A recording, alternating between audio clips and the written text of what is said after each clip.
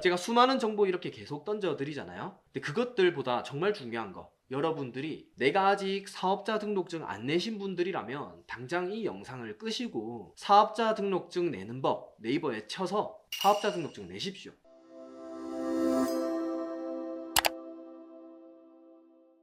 자, 오늘은 구매대행에서 처음 시작하시는 분들과 그리고 구매대행을 이미 하고 계시는 분들에게 좀 도움되는 영상일 것 같아요. 뒷부분에서 제가 실제 셀러 활동을 하면서 뭐 환불, 반품 이런 것들을 어떻게 대처하는지 싹 알려드릴 테니까 한번 영상을 끝까지 보시면 좋을 것 같습니다. 자, 오늘은 구매대행을 처음 하시는 분들에게 먼저 구매대행이 어떤 사업인지부터 차근차근 알려드릴 건데요. 오늘 말씀드릴 주제는 다음과 같습니다. 첫 번째는 해외 구매대행이 상품이 팔리는 이유, 그리고 투잡인데 현실적으로 얼마 벌 수 있을까? 처음인데 도대체 뭘 팔아야 되는지 모르겠어요. 환불 들어왔을 때 어떻게 해야 될까? 환불 금액이 무서운데 실제로 환불 금액 얼마나 돼요? 그리고 대처는 어떻게 해야 돼요? 주문 취소가 들어올 때는 어떻게 해야 되죠? 사업장 주소가 없을 때 어떻게 해야 될까요? 어떤 마켓에서 팔아야 될까요? 그래서 당장 한 가지 해야 된다면 뭘 해야 될까요? 이미 스마트 스토어에서 판매 중인데 구매 대행을 같이 팔아도 될까요?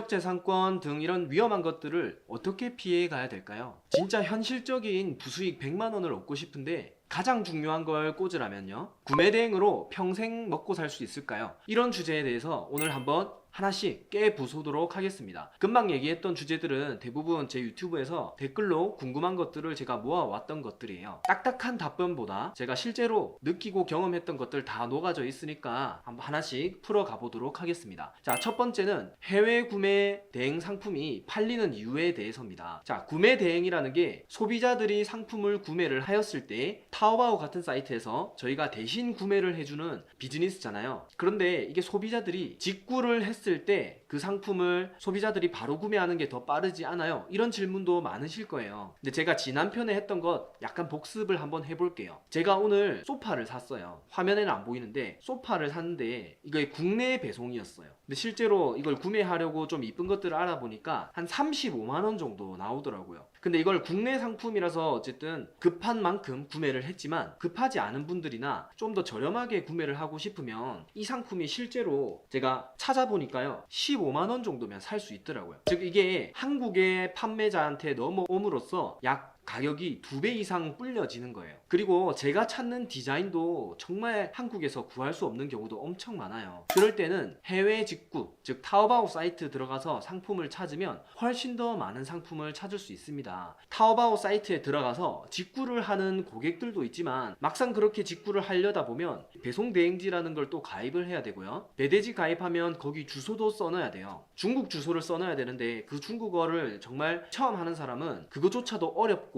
주소를 입력하고 그리고 배대지에 신청서도 써야 되는데 그거 귀찮아서 하는 사람들 많이 없다는 거죠. 그래서 이 비즈니스가 이루어지는 겁니다. 보통 타오바오에 직구 싼 거 있는 거 알면서도 그냥 네이버나 또는 11번가 이런 포털 사이트에서도 해외 직구 탭이라는 게 있어요. 그 해외 직구 탭을 이용해서 구매하는 고객들이 정말 많이 있습니다. 그래서 해외 직구 비즈니스가 이제 성립을 한다고 보시면 돼요. 우리 셀러들 입장에서는 팔고 싶은 상품이 있잖아요. 예를 들면 아까 제가 말씀드렸던 소파, 그 소파를 그냥 타오바오에 있는 수십 개, 수백 개 소파를 사진을 다운을 받는 거예요. 네이버나 11번가, 뭐 옥션 지마켓 이런 곳에 그 사진만 올리는 거예요. 그러면 내가 이 100개라는 상품을 팔고 있지만 재고를 하나도 앉지 않아도 되는 장점이 있습니다. 그래서 구매 대행이라는 사업이 무자본으로 창업이 가능하다라는 이야기가 있을 만큼 재고를 하나도 확보하지 않아도 되는 그런 큰 장점이 있습니다. 구매 대행 상품이 팔리는 이유 중 하나가 귀찮음을 덜어주는 것 때문이에요. 그리고 다양한 상품이 있고 저렴하게 이용할 수 있다는 거. 그래서 구매 대행이 이루어진다고 볼 수 있고요. 그리고 더 많은 이유들이 있는데요. 그거는 지난 편에 찍었던 1편을 참고하시면 될 것 같아요. 자, 그리고 두 번째 주제입니다. 투잡인데 현실적으로 얼마를 벌 수 있을까요? 저도 제 주변에 셀러들도 많고 저를 통해서 배우시는 분들도 많은데 투잡으로 하시는 분들이 제가 볼 때 한 50% 이상인 것 같아요. 또는 회사를 퇴사해서 오시는 분들이 한 20, 30%, 그리고 또 육아 육아를 하면서 집에서 소소하게 일거리를 찾으시는 분도 한 1-20% 정도 비율이 되는 것 같은데요. 그만큼 투잡을 하는 분들이 정말 많은 것 같아요. 근데 그분들은 투잡으로 1-200 정도를 바라는 분들도 계시고, 회사 때려치고 싶다, 회사 때려치려고 나는 회사에서 버는 돈 300만 원보다는 더 벌래, 그렇게 투잡으로 시작하는 분들이 계시는 것 같아요. 그러면 제가 봤을 때 현실적으로 투잡으로 하시는 분들 얼마 벌 수 있느냐, 그런 거에 대해서 많이 궁금하실 것 같아요.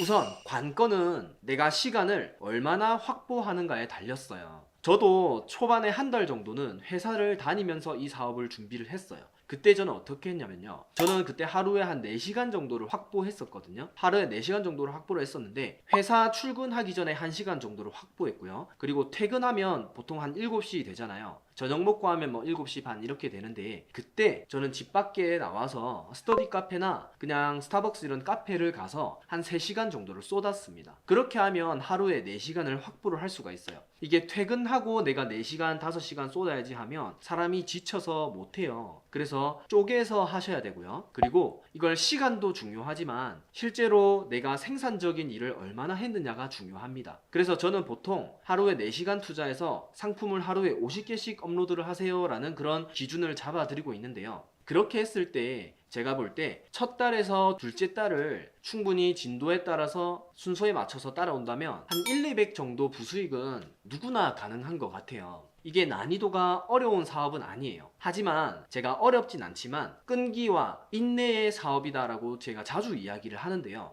회사 다니면서 중도 포기하시는 분들은 이게 어려워서 포기한다기보다는 끈기와 인내와의 싸움에서 지는 바람에 포기하는 경우가 많습니다. 그래서 제가 중간중간에 루틴 영상 올려드렸잖아요.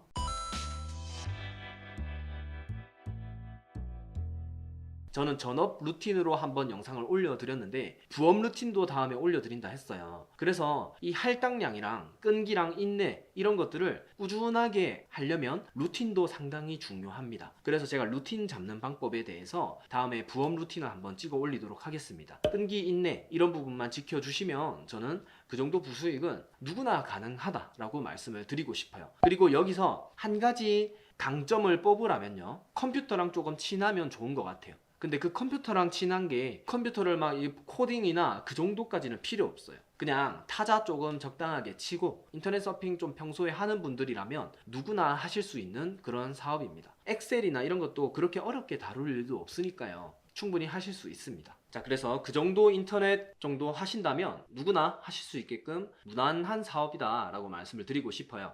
자, 그리고 세 번째, 처음인데 도대체 뭘 팔아야 될지 모르겠어요 라고 하시잖아요. 그러니까 소싱하는 법에 대해서인데요. 자, 소싱법에 대해서는 여러 가지가 있는데 저는 이왕이면 우리가 물건을 주변에 팔려고 하잖아요. 그러니까 어떤 상품 팔까 이렇게 생각을 하는 순간 여러분들 한번 생각해 보세요. 어떤 상품이 기억이 나세요? 아마 내가 주변에 보고 있는 사물들밖에 생각을 안 날 거예요. 뭐 소파나 카페트 이런 것들밖에 생각이 안 날 텐데, 저는 상품을 바라볼 때 항상 그 생각을 합니다. 이 상품이 반드시 필요한 상품군인가? 라고 생각을 합니다. 그 말 자체는 우리가 지금 반드시 필요한 상품은 예로 들면 어떤 거냐면요, 건설 현장에 쓰이는 뭐 레이저 레벨기 이런 거 있잖아요. 물건의 치수를 재는 일을 하면서 필요한 그런 것들은 그 사람들이 먹고 살기 위해서 제품을 구매를 하는 거잖아요. 그런 것들은 어쩔 수 없이 구매를 해야 됩니다. 그런 상품들 위주로 올리되, 그리고 동시에 찾는 사람들은 적당히 있지만 판매자들은 극도로 작은 상품들, 이 두 가지 조건만 교집합이 되면 훨씬 상품 선정하기가 쉽습니다. 그러면 이런 상품들을 어떻게 찾냐고요? 이런 상품들은 우리가 보통 이제 상품 검색 수를 조회할 때 뭐 아이템 스카우트나 또는 이렉타르 이런 사이트에 많잖아요. 그런 사이트에 들어가면 그런 데이터는 기본적으로 제공을 합니다. 그래서 내가 어떤 상품을 팔아야 될지 그 데이터를 싹싹 적어보는 거예요. 그런 식으로 상품을 추출을 해서 소싱을 하시면 됩니다. 소싱법이 나왔으니까 한 가지 더 알려드릴게요. 상품을 소싱을 했는데 이거를 중국 사이트에서 상품을 들고 와서 그대로 올려야 될까요? 아니면은 번역을 해야 될까요? 이런 질문을 많이 하시는데요. 우선 두 가지 다 뭐 좋은 방법일 수는 있어요. 근데 번역을 하는 데는 요즘에 번역을 해주는 뭐 그런 사이트도 있고 한데요. 결국에는 번역을 하고 나면 우리가 이 상품의 한글로 다 수정을 해줘야 됩니다. 포토샵을 하셔도 되고 아니면 이걸 업체에 맡겨도 되는데 그거 하나하나 하는데 시간은 상당히 많이 쏟아요. 하지만 소비자들이 봤을 때 훨씬 더 도움은 되겠죠. 그런 장점이 있고요. 그리고 번역을 하지 않되 상품을 많이 때려 올리는 방식이 있습니다. 저는 이쪽을 선호하는 편이에요. 물론 이쪽 방법이 나쁘다는 건 아닙니다. 근데 저는 이 방법을 할 때 어떻게 하냐면요. 제가 앞서 말씀드린 소싱 방법을 통해서 상품을 많이 올린 다음에 이 중에서 팔린 것들을 번역을 하는 거예요. 팔렸다는 거는 수요가 있다는 거니까 내 상품이 한 사람이 최소 구매를 했다면 다른 사람도 구매할 확률이 높다는 거거든요. 그런 상품들을 추출을 해서 번역을 하는 겁니다. 그래서 이렇게 효율적으로 방법을 찾아서 번역을 해야지 팔릴지 안 팔릴지 모르는 상품에 대해서 시간을 쏟는 건 저는 조금 낭비라고 생각을 해요. 그래서 저는 그런 방식을 채택을 하고 있습니다. 자, 그리고 네 번째는요. 환불 들어왔을 때 어떻게 대처를 해야 될까입니다. 쇼핑몰을 하다 보면 불가피하게 환불이나 반품, 취소 이런 건들에 대해서 많이 만나게 될 거예요. 저는 프로세스가 어느 정도 정해져 있습니다. 만약에 우리가 10만원짜리 소파 환불이 들어왔다고 칠게요. 근데 그 환불의 이유를 들어봅니다. 저는 그 환불이 만약에 모서리 부분이 살짝 까져 있다, 아니면 나무 발판 부분이 조금 까져 있다, 뭐 그런 거 같은 경우에는 제가 봤을 때 사용하는데 문제는 없지만 소비자들이 새 상품을 받아야 되는데 기분 나쁘잖아요. 그럴 경우에는 저는 50% 정도 할인을 딜을 합니다. 소비자분들에게 이 상품 사용하실 수 있는 정도라면 50% 정도 할인을 해드리겠다, 그렇게 해서 딜을 하는 거죠. 그러면 소비자분들도 50%나 할인해주면 사용하겠다라고 하는 분들이 제 경험상 한 70% 정도 오케이를 합니다. 그렇게 해서 일 처리를 빨리빨리 끝내는 게 중요한 거예요. 그리고 두 번째는 소비자들이 결국 환불에 대해서 계속 요청을 하잖아요. 그러면 저희는 중간에 오픈마켓을 끼고 있기 때문에 환불을 강력하게 요구하면 대부분 해줄 수밖에 없어요. 그러면 저는 일정 부분 매출액에서 한 4, 5% 정도는 환불 들어올 거라고 생각을 하는 거예요. 예를 들면 내가 매출을 1000만원이면 한 50만원 정도는 환불 들어오겠지라고 미리 손익계산서에서 비용 항목에 항상 빼둡니다. 제 머릿속에 환불은 들어올 거야 라고 생각을 하고 있는 거죠. 그래서 그냥 100% 환불을 해줘 버립니다. 100% 환불을 해줘 버리고 그 상품은 제가 다시 받는 게 아니고요. 그냥 현장에서 폐기 요청을 하는 거죠. 그거는 소비자들이 사용할 수 없을 정도 상품이 왔을 때인 거예요. 그럴 경우에는 소비자분들에게 양해를 좀 구하고 폐기 요청을 하면서 환불 요청에 대해서 모두 끝맺음을 하는 게 중요합니다. 제가 이렇게 말씀드리는 이유는 이 상품을 하나하나 환불을 안 해주려고 하다 보면 엄청난 스트레스가 쌓여요. 쇼핑몰을 오래 꾸준히 지속하려면 CS나 이런 문제를 빨리빨리 해결해야 되는데 여기서 스트레스 받아버리면 소비자들 연락 올 때마다 심장 쿵덕쿵덕거리고 못하는 분들이 너무 많아요. 이게 엄청나게 중요하거든요. 그래서 저는 CS도 항상 문자나 카톡으로 하는 걸 추천을 드립니다. 그게 훨씬 더 서로에게 감정적으로 응대하는 걸 없애주기 때문에 저는 문자나 카톡으로만 응대하는 걸 추천을 드려요. 자, 그리고 주문 취소가 들어왔을 때에 대해서 말씀을 드릴게요.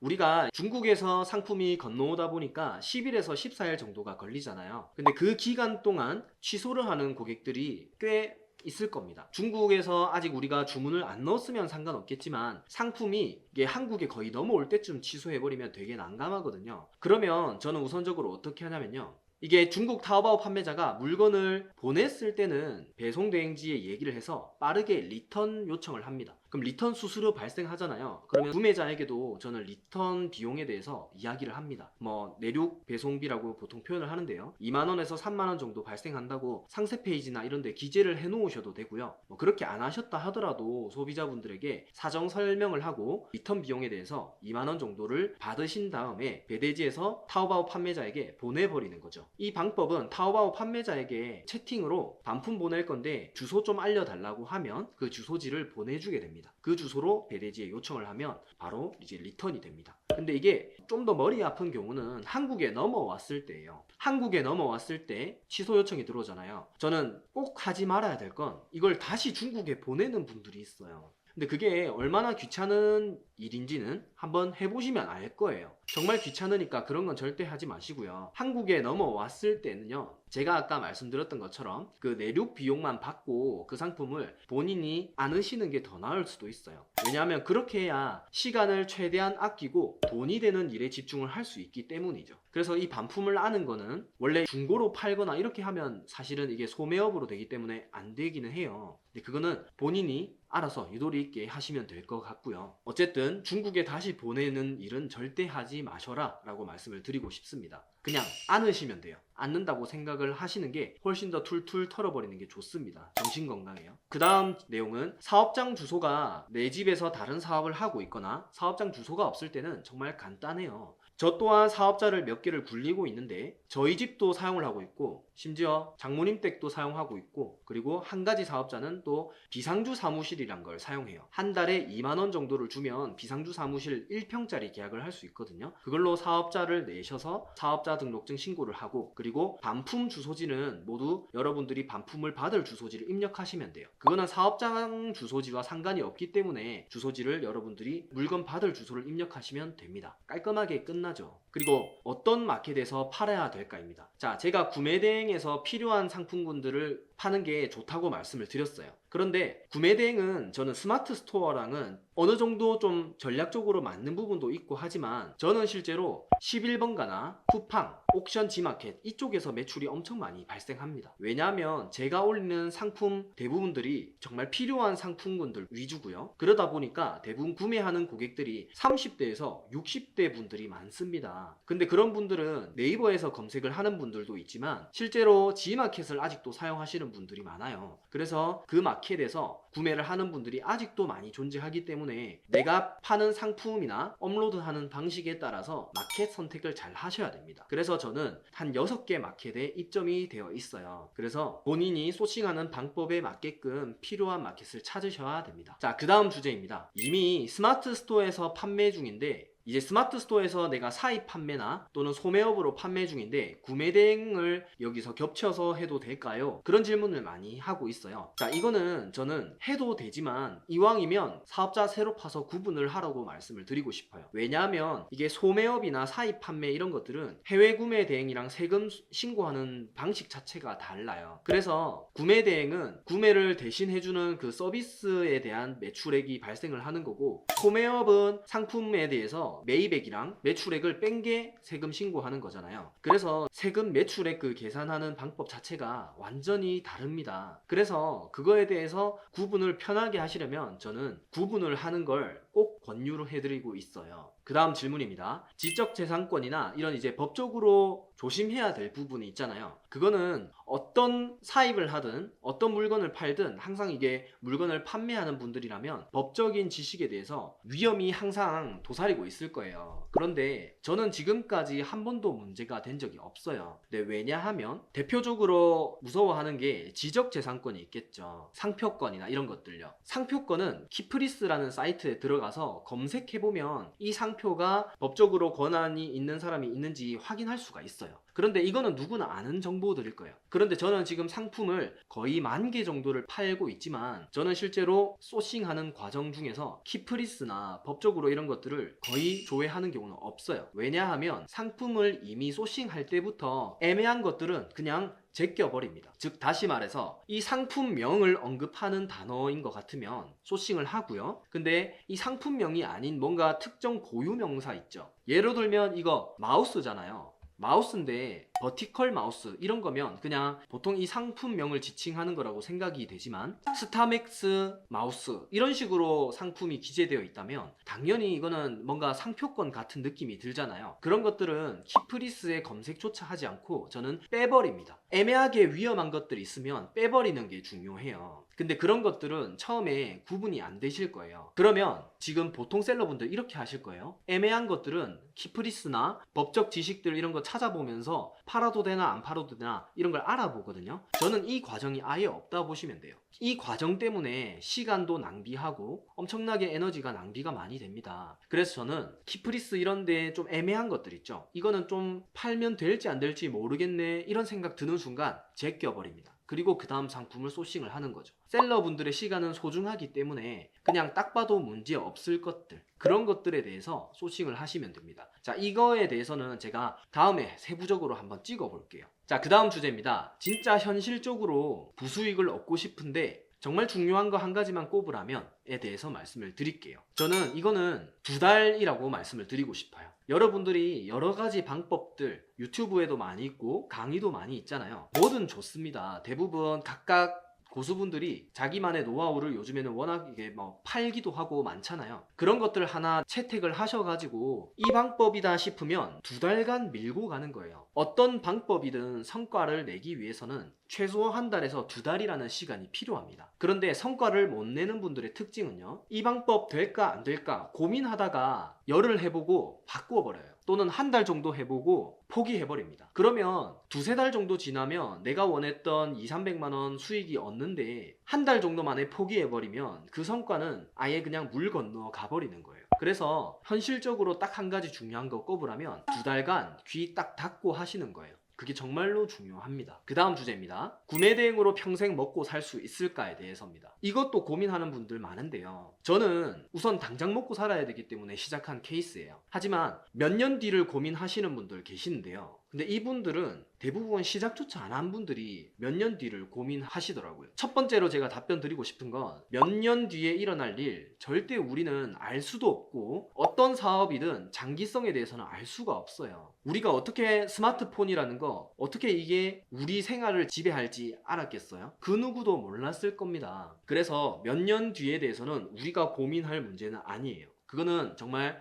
뭐 큰 기업의 CEO나 그런 분들이 좀 고민해야 될 거지, 우리는 당장 부수익이나 월 한 300~400버는 그 정도의 부수익을 얻는 목적이라면 그런 거 고민 안 하셔도 됩니다. 두 번째 대답은, 저는 구매 대행을 한 지 한 8개월 정도 됐잖아요. 해보니까 인터넷 사업에 대해서 좀 이해가 생겼어요. 그래서 사입 판매를 하더라도 저는 그 원리나 원칙 같은 것들이 보여요. 할 수 있지만 저는 구매 대행이 훨씬 더 효율적이니까 지금 이걸 하고 있는 거고요. 온라인 시장에 대해서 이해하다 보면 블로그도 할 수 있고 유튜브도 할 수 있고 그런 분화되는 사업들이 정말 많이 보입니다. 그래서 우선 시작해 보시는 게 정말 좋은 것 같아요. 그래서 평생 먹고 살 수 있을지는 생각보다 걱정 안 하셔도 된다는 겁니다. 자, 그리고 그 다음 주제 말씀을 드릴게요. 그래서 당장 해야 되는데 뭘 해야 될까요? 당장 한 가지 해야 된다면 어떤 걸 해야 될까요? 제가 수많은 정보 이렇게 계속 던져드리잖아요. 근데 그것들보다 정말 중요한 거, 여러분들이 내가 아직 사업자 등록증 안 내신 분들이라면 당장 이 영상을 끄시고 사업자 등록증 내는 법 네이버에 쳐서 사업자 등록증 내십시오. 그게 정말 중요합니다. 그게 여러분들이 지식이나 정보 이런 것들을 머릿속에 가득 채우잖아요. 그런 사람들보다 그냥 홈택스 들어가서 사업자 등록증 딱딱 클릭하면서 내는 거, 그분들이 훨씬 더 진도를 빨리 나가고 성과를 내시는 분들의 특징이에요.